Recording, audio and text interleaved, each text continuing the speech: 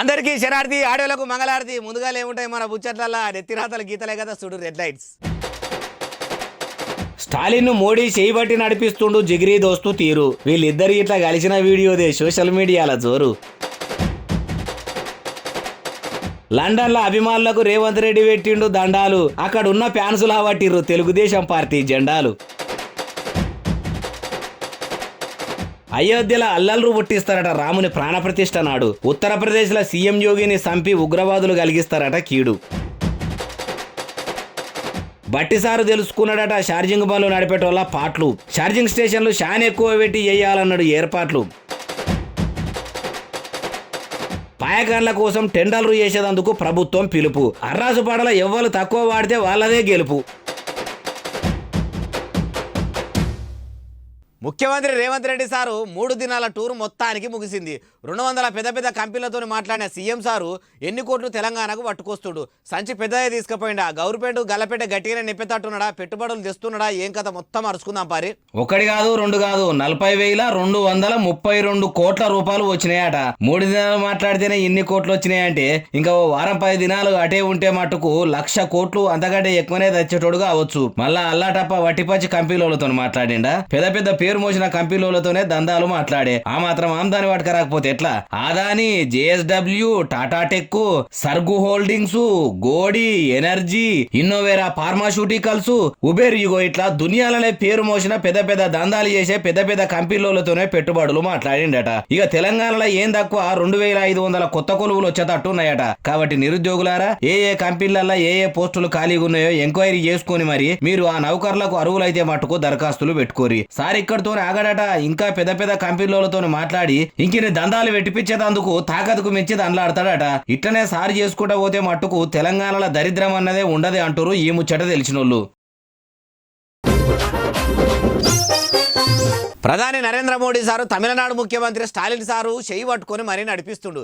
ఏ ఊకోయా బాలన్న, ఒక్కలకొక్కలు ఎదురుపడితే ఇయ్యరమయ్యర జోపుకుందామా అన్నట్టు ఉంటే వాళ్ళు ఇద్దరు ఒక్కదానం ఉండరా. మోడీ చేయి పట్టుకొని మరీ నడిపిస్తుండా అని మీరు అంటారని నాకు తెలుసు, అందుకే చూపిస్తా పారి. பிரதமர் நரேந்திர மோடியும் தமிழக முதலமைச்சர் மு.க. ஸ்டாலின் அவர்களும் விழா மேடையை நெருங்கி வந்திருக்கின்றார்கள். అగో చేతుల చేసి ఇద్దరు పానదోస్తులోలే ఎగిలించుకుంటా వస్తున్నట్టు లేదు. ఇద్దరి నడవ పాలిజు బండలేస్తేనే పక్కున వలిగేంత కడుపుల ఈసాలుంటాయి. అటువంటిది వీళ్ళిద్దరేనా ఇట్లున్నదని కొందరు నమ్మక కళ్ళు నలుసుకొని మళ్ళా చూసిరట. కొందరు ఇది కళా నిజమా అని చెయ్యిగిచ్చుకుర్రట. నరేంద్ర మోడీ సారుతోని నవ్వుకుంటా నడుస్తున్న మురిపెంలా తంతెలు దిగుతుంటే కాలు బెనికినట్ట ఇంది స్టాలిన్ కు. అప్పటికే చేయి పట్టుకున్న ప్రధాని సారు పైలం స్టాలిన్ పైలం అనుకుంటా చేయి పట్టుకొని ముంగడికి నడిపించిండట. కాలుకు పెడితే మెడకు పెడితే కాలు కన్నట్టు పొంచన కుదరకుంటా ఉండే ఇద్దరు ఇట్లుండు ఏందని ఇంటర్నెట్ లో ఈ వీడియోను వైరల్ చేస్తురు. రాజకీయం అంటే చక్కగా తెలిసి తెలియనోళ్ళు. ఇంతకు ఎప్పుడైంది ఏడనంటే మోడీ సార్ తమిళనాడుల ఖేలో ఇండియా కార్యానికి హాజరు పడితే ఆడగలిసిర్రట. లండన్లో మీటింగ్ పెట్టే రేవంత్ రెడ్డి సార్కు అభిమానులు తెలుగు జెండాలతోనే జేజేలు వలికిర్రు. అగో బాలన్న, ఆయన కాంగ్రెస్లు ఉండు కదా, షేప్ పార్టీ జెండాలు పట్టుకుని స్వాగతం పలకాలే కదా, పసుపు కొమ్ము జెండాలు పట్టుకుని ఏందంటారా? మరి లండన్ వాళ్ళు ఇంకా సార్ సైకిల్ని దొక్కుతుండో అనుకుంటారో ఏం కథనో కానీ ఇగో ఇట్లా గాయగా తరలేపిర్రు. మైకు ముంగడ సారు నిలవడంగానే పచ్చ జెండాలు ఊపిర్రు. నేనేమో షేప్ పార్టీలు ఉంటి, మీటింగుకేమో సైకిల్ పార్టీ అభిమానులు వచ్చిర్రా. అంటే వీళ్ళు నా కోసం కాకుండా నందమూరి రామారావు పెట్టిన పార్టీ జెండాలు చూపెట్టేందుకే వచ్చిర్రా ఎట్లా అని మనసులో అనుకున్నాడో ఏమో గాని మైకుల ఎన్టీఆర్ ఇంటి పేరును ఇట్లా అన్నాడో లేదో ఎట్లా కీకెలు పెడుతుండ్రో చూడుర్రి. ఏం కీకెలు ఏం బొబ్బలు. ఇట్లా వీడియో చూసుకుంటా ఇంటేనే ఇంత లొల్లున్నది. ఆడ మీటింగ్ లో ఉన్న సీఎం సార్ చెవులే బయలుగా అమ్మొచ్చు. ముఖ్యమంత్రి విమానం తిన్ననాడన్నా ఇంత ఒర్రలేరు. ఈడ ఎన్టీఆర్ పేరు ఇట్లా అన్ననో లేదో అన్నగారి గురించి ఇంత అడవిడి చేసుడేంది. ఎంతైనా సైకిల్ పార్టీ అని మనసులో అనుకున్నాడో ముచ్చట పడకూడదామని మైకులో మాట్లాడుతున్నాడు గాని ఆ సప్పుట్ల సారు స్పీచ్ సప్పబడ్డది. మొత్తం మీదనైతే సీఎం సారు మీటింగ్ మొత్తం కూడా తెలుగుదేశం అభిమానులతోనే సాగిపోయింది.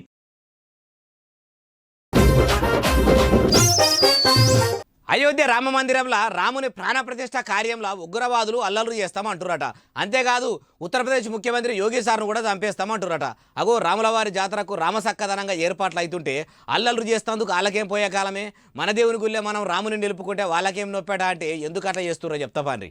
దేశమంతా రాముల వారి ప్రాణప్రతిష్ఠను కన్నుల పండుగ చూస్తేందుకు కాయిస్గా భక్తులు ఎదురు చూస్తుంటే వీనింట్లా పీని ఎల్ల వీడు ఏ రంగ దాపరం అయ్యిండో. వీని దౌడలు దగ్గర వాడ ఉగ్రవాదట. వీడు మంచిగా పుణ్యకార్యం చేస్తున్న మధ్యలో అల్లర్లు చేస్తామని బెదిరిస్తున్నాడు. మరి ఎందుకు ఇట్లా చేస్తున్నాడంటే వీళ్ళ మనసులు కొందరు మాయమైనరట. వాళ్ళను మాయం చేసింది మనోళ్ళే అని మనసులో పెట్టుకున్నాడట. ముఖ్యమంత్రి యోగి ఆదిత్యనాథ్నే లేపేస్తామని ప్రభుత్వాన్నే బుగులు పట్టిస్తున్నాడు. ముచ్చట ఎరికైన సర్కారు ఎసోటి లొల్లులు గడబడలు అల్లర్లు జరగకుండా అసలైన బలగాలను బందోబస్తుగా ఏర్పాటు చేసింది. సీమ షిట్కుమన్న మన దేశపోడు కాదని ఇట్లా అనిపిస్తే పట్కపోతారు పాతర పెట్టి అయోధ్య జాతరను మాత్రం ఆగకుండా జరుపుతాం అనుకొచ్చిరట ఉత్తరప్రదేశ్ లో ప్రభుత్వ అధికారులు. బస్సుల మంత్రి పొన్నం సారు ఆర్టీసీ పెంప సజ్జనార్ సార్ను సచివాలయానికి పిలిచిండట. ఫ్రీగా బస్సులు నడుపుడుతోటి ప్రభుత్వానికి పెద్ద లాస్ ఉన్నది, లాభం వచ్చే తోబ చూడనని చెప్పేందుకు పిలిచిండా. ఉచిత ప్రయాణాలతో ఉరుకుతున్న ప్రగతి చక్రాలకు పంపుషార్ అయ్యే కాడికి వచ్చిందని పని కట్టుకొని చెప్పేందుకు పిలిచిండా. ఏమో మనం కూడా సెక్రటేరియట్కు పోతేనే ఆ ముచ్చటంతా తెలిసేటట్టుంది. పోదాం పరి. షేపార్టీ సర్కారు పుణ్యమాని ఆర్టీసీకి ఆమ్దాని ఆగకుండా వస్తూనే ఉన్నది, గల్లాపెట్టే నిండుతూనే ఉన్నది. అగో ఫ్రీ టికెట్లు కొడితే కూడా ఆర్టీసీకి పైకం వస్తుందా అంటే వస్తుంది. ఎట్లనంటే సర్కారు రియంబర్స్మెంట్ కింద టిక్కెట్లకు పైసలు కట్టిస్తుంది. అగో అట్లా కట్టిస్తుంటే ప్రగతి చక్రం పైసలతోని గాలి కొట్టుకున్నంత ఫుల్లు ఆమ్దానితోని ఉంటదట. పథకం అమలైన కాడ నుంచి ఇప్పటిదాకా కొందరు ప్రయాణికులు డ్రైవర్ల దౌడలు బలగొట్టిన కండక్టర్లను అనరాని మాటలన్న ఒక్క మాట ప్యాసింజర్లను అనకుండా ఓపికతోను బస్సులు నడిపిస్తున్న సజ్జనారు నువ్వు సామాన్యునివి కాదు, ఇట్లనే ఎప్పటికీ నడిపియాలి. ఏమైనా చిన్న చిన్న తక్కిలువులు ఉంటే నేను చూసుకుంటా. ఇంకా కొన్ని కొత్త బస్సులు కూడా వేసేందుకు ఏర్పాట్లు చేస్తున్నాం. రేవంత్ రెడ్డి సార్ చెయ్యూపుడు ఆలస్యమే లేదు, కొత్త బస్సులు మీ డిపోలకు వస్తాయి, ఇంత డీజిల్ ఎక్కువనే తెచ్చిపెట్టుకోరి అనుకొచ్చిండట. ఎలక్ట్రిక్ బండ్లు నడిపేటోళ్ళు ఇంటికాడ తప్ప ఇంకా ఏడ కూడా ఛార్జింగ్ పెట్టుకోరు కదా. ఒకవేళ ఛార్జర్ కాడ బండ్లు వేసుకొని పోయి ఎవరింటికాడనన్నా పెట్టుకుంటామంటే ఏమంటారు, అమ్మో అంత పెద్ద కారుకు ఛార్జింగ్ పెడితే మా కరెంటు బిల్లు మొయ్యన మూత మోగిపోతుంది అంటారు కదా. అటువంటి బాధలు ఉండొద్దని ఉప ముఖ్యమంత్రి ఓ ఇగరం చేసిండు. చూడండి మీరే, చూసినాక సూపర్ అంటారు. ఈడికే పెట్రోల్ డీజిల్ బండ్లు ఇంటికి 2-3 అయ్యే. సైలెన్సర్లకి వెళ్ళే పొగతోని పొట్టు పొల్యూషన్ పెరిగిపోవట్టే, మస్తు మంది పానాలు కూడా పోవట్టే. పల్లెల పొంట అంటే తక్కువ గాని పట్టణాల పొంట అయితే గాలి కంటే ఎక్కువ పొగ వీలుస్తుంటారు. అట్లా కాలుష్యం తక్కువ కావాలంటే కరెంటు ఛార్జింగ్ బండ్లతోనే సాధ్యమైతదని శానొద్దుల సందే ప్రభుత్వాలు అంలాడుతున్నాయి. గానీ ఛార్జింగ్ స్టేషన్లు లేక ఎలక్ట్రిక్ బండ్లు కొనేటోళ్ళు ముంగడికి వస్తలేరు. కాబట్టి 3-4 కిలోమీటర్లకు ఓ పెట్రోల్ బంకు ఉన్నట్టు ఏడ పడితే ఆడనే ఛార్జింగ్ స్టేషన్లు ఎక్కువ ఉండాలి. ఇప్పుడు నా దగ్గరలో ఏమైనా తక్లీవులుంటే చూసుకోవాలి. కొత్తవి కూడా ఏడేడ పెట్టాలనో అధికారులు అన్ని వివరాలతోని నా దగ్గరికి రావాలని చెప్పిండట. ఇక ఎన్నొద్దులు ఛార్జింగ్ బండ్లు కొని చాలా బాధపడుతున్న వాళ్ళకు షేపార్టీ చాలా మంచి సౌలతే ఏ పోతుందంటారు ఈ ముచ్చట తెలిసినోళ్ళు. ఏపీలో అంబేద్కర్ సారు విగ్రహం ఓపెనింగ్ పండుగ మామూలుగా కాలేదు. ఆంధ్రప్రదేశ్లో ఉన్న పబ్లిక్ అంతా ఆడనే ఉన్నారా అన్నట్టున్నది. రాజ్యాంగ నిర్మాత పండుగ అంటే రాకుండా ఉంటారా?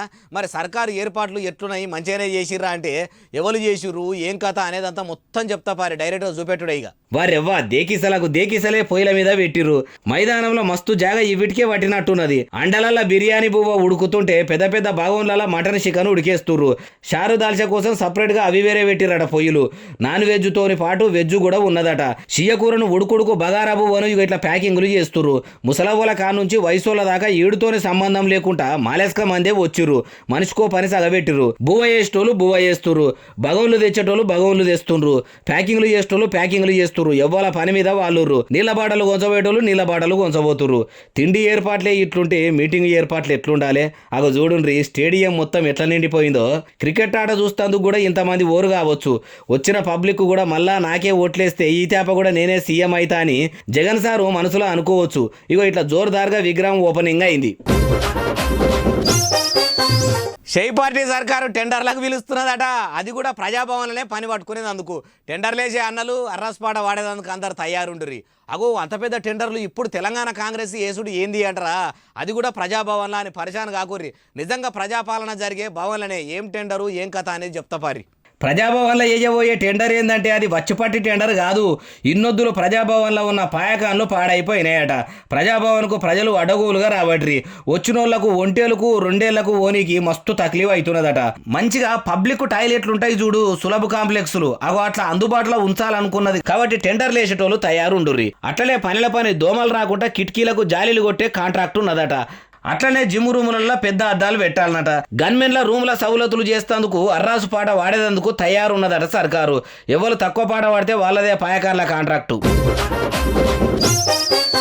వెనుకటి కాలంలో ఎట్లుండేది? తోలు డప్పులు, పీకెలు, నెవలీకలు, కట్టెలతోని చేసిన ఎడ్ల బాన్లు, నాగళ్ళు ఉండే కదా అవిటి కాలం చెల్లే వాటి తావుల ఇనుప సామాన్లతో చేసిన పనిముట్లు వచ్చే ప్లాస్టిక్ డప్పులు వచ్చే లోటల రాళ్ళేసి లోపినట్టే ఒకటే లోడలోడ సప్పుడాయే అగో ఇప్పుడు ఈ ముచ్చటంతా ఎందుకు చెప్తున్నావే బాలన్న అంటారా సీతక్క ఈవిడి గురించి అరుచుకునేందుకు పోయింది అందుకే చెప్తున్నా వారెవ్వ కంచుతోని చేసిన వీటిని కొడితే టన్న సప్పుడు వస్తుంది సీతక్క చిన్నప్పటి రోజులను యాది చేసుకుంటా అప్పటి కాలంలో పెట్టుకున్న సొమ్ములు చేసుకుంది భలే తయారు చేసిరు కదా అప్పటి సామాన్లని బాగానే భద్రపరిచిర్రు చెంబులు చెంచలు రాగి సామాన్లు ఇత్తడి సామాన్లు చెక్కలతోని తయారు చేసిన మాస్కులు కూడా ఉన్నాయి ఎన్నేళ్ళాయనో మరి ఆ చెక్కలు మాత్రము చెక్కు ఎదరకుండా చెదలు పట్టకుండా ఉన్నాయంటే కట్టెలు గట్టియే వారెవ్వ కాగంత పెద్దగా ఉన్న డోలు కాడికి పోయింది కోలందుకొని కొట్టింది తీరు డోళ్ళు తీరొక్క చెంబులున్నాయి చూసేదందుకు కోదండరాం సార్ కూడా పోయిండు శంకారావం పీకను చెరొక్కటి చేతులకు తీసుకున్నారు సీతక్క ఊదుతుంటే కోదండరాం సార్ కూడా ఊదుదాం అనుకున్నాడు కానీ ఊదలేనట్టున్నాడు కదా దూలాలు మొద్దులు దర్వాద చెక్కలు తలుపులు షేరేలు బండిపయ్యలు ఇట్లా వెనకడ ఏమేమి ఉండేటియో అన్నిటినీ తెచ్చిర్రు ఇట్లా హైదరాబాద్లో మ్యూజియంలో పెట్టిర్రు అవిటిని చూస్తందుకు పోయింది మహిళా మంత్రి సీతక్క కానరాకుండా అవుతున్న ఇసొంటి ఇట్లా కాపాడుతున్నందుకు తిరుమలరావు సార్ను తారీఫు చేసింది సీతక్క బండి సంజయ్ సార్ తెలంగాణ బంద్ చేయాలంటున్నారు అగో ఫ్రీ బస్సు ప్రయాణం నడవనేబట్టే నెల్లాల నుంచి రైతు బంధు రానేబట్టే సీఎం దావోస్కు పోయి పెట్టుబడులు దేనేబట్టే మరి ఇంకేం తక్కువైంది బంధుకు పిలిపించుడు ఎందుకనంటారా నేను చెప్పుడు కాదు తెలంగాణ కమలం పువ్వు మాజీ పెబ్బ బండి సంజయ్ సార్ మాటలనే ఈనుండ్రి కాబట్టి రాష్ట్ర ప్రభుత్వానికి విజ్ఞప్తి చేస్తున్నా 22వ తారీఖు కోసము ప్రజలంతా ఎదురుస్తున్నారు కాబట్టి ఆ బ్రహ్మాండమైనటువంటి రాముల వారి ఆలయం యొక్క ప్రాణ ప్రతిష్ఠ కార్యక్రమాన్ని చూడడానికి ముందుకు వస్తున్నారు కాబట్టి తెలంగాణ రాష్ట్రంలో ఆ రోజు సెలవు దినాన్ని ప్రకటించాలని చెప్పి రాష్ట్ర ప్రభుత్వానికి విజ్ఞప్తి చేస్తున్నా. అరే బండన్న బంధు పెట్టుడు వెనక బాధ మొత్తం ఇదేనా? అయితే అన్న చెప్పేది మంచి ముచ్చట్నే. అన్ని రాష్ట్రాలు అయోధ్యలో జరిగే పండుగ నాడు సెలవులు ఇస్తున్నాయట. ఇక తెలంగాణ సర్కారు కూడా తాతీలు ఇస్తే 22 తారీఖు నాడు లీవ్ తీసుకున్న వాళ్ళందరూ ఇంట్లోండి ఎగురంగా రాముల వారికి పూజలు చేస్తారు కావచ్చు అనుకుంటారు రామభక్తులు. ఆంధ్రప్రదేశ్కు ప్రత్యేక హోదా ఇవ్వవలసిందే అని అప్పట్లో పోరాటం చేసిన సినిమేషకాడు శివాజీ రాజకీయాలకు నేను అస్సలు సెట్ కాను అంటున్నాడు. సినిమాల్లో ఏషాలు తప్ప నాకు ఇప్పటి రాజకీయాలు మోసాలు సూట్ కావు అంటున్నాడు.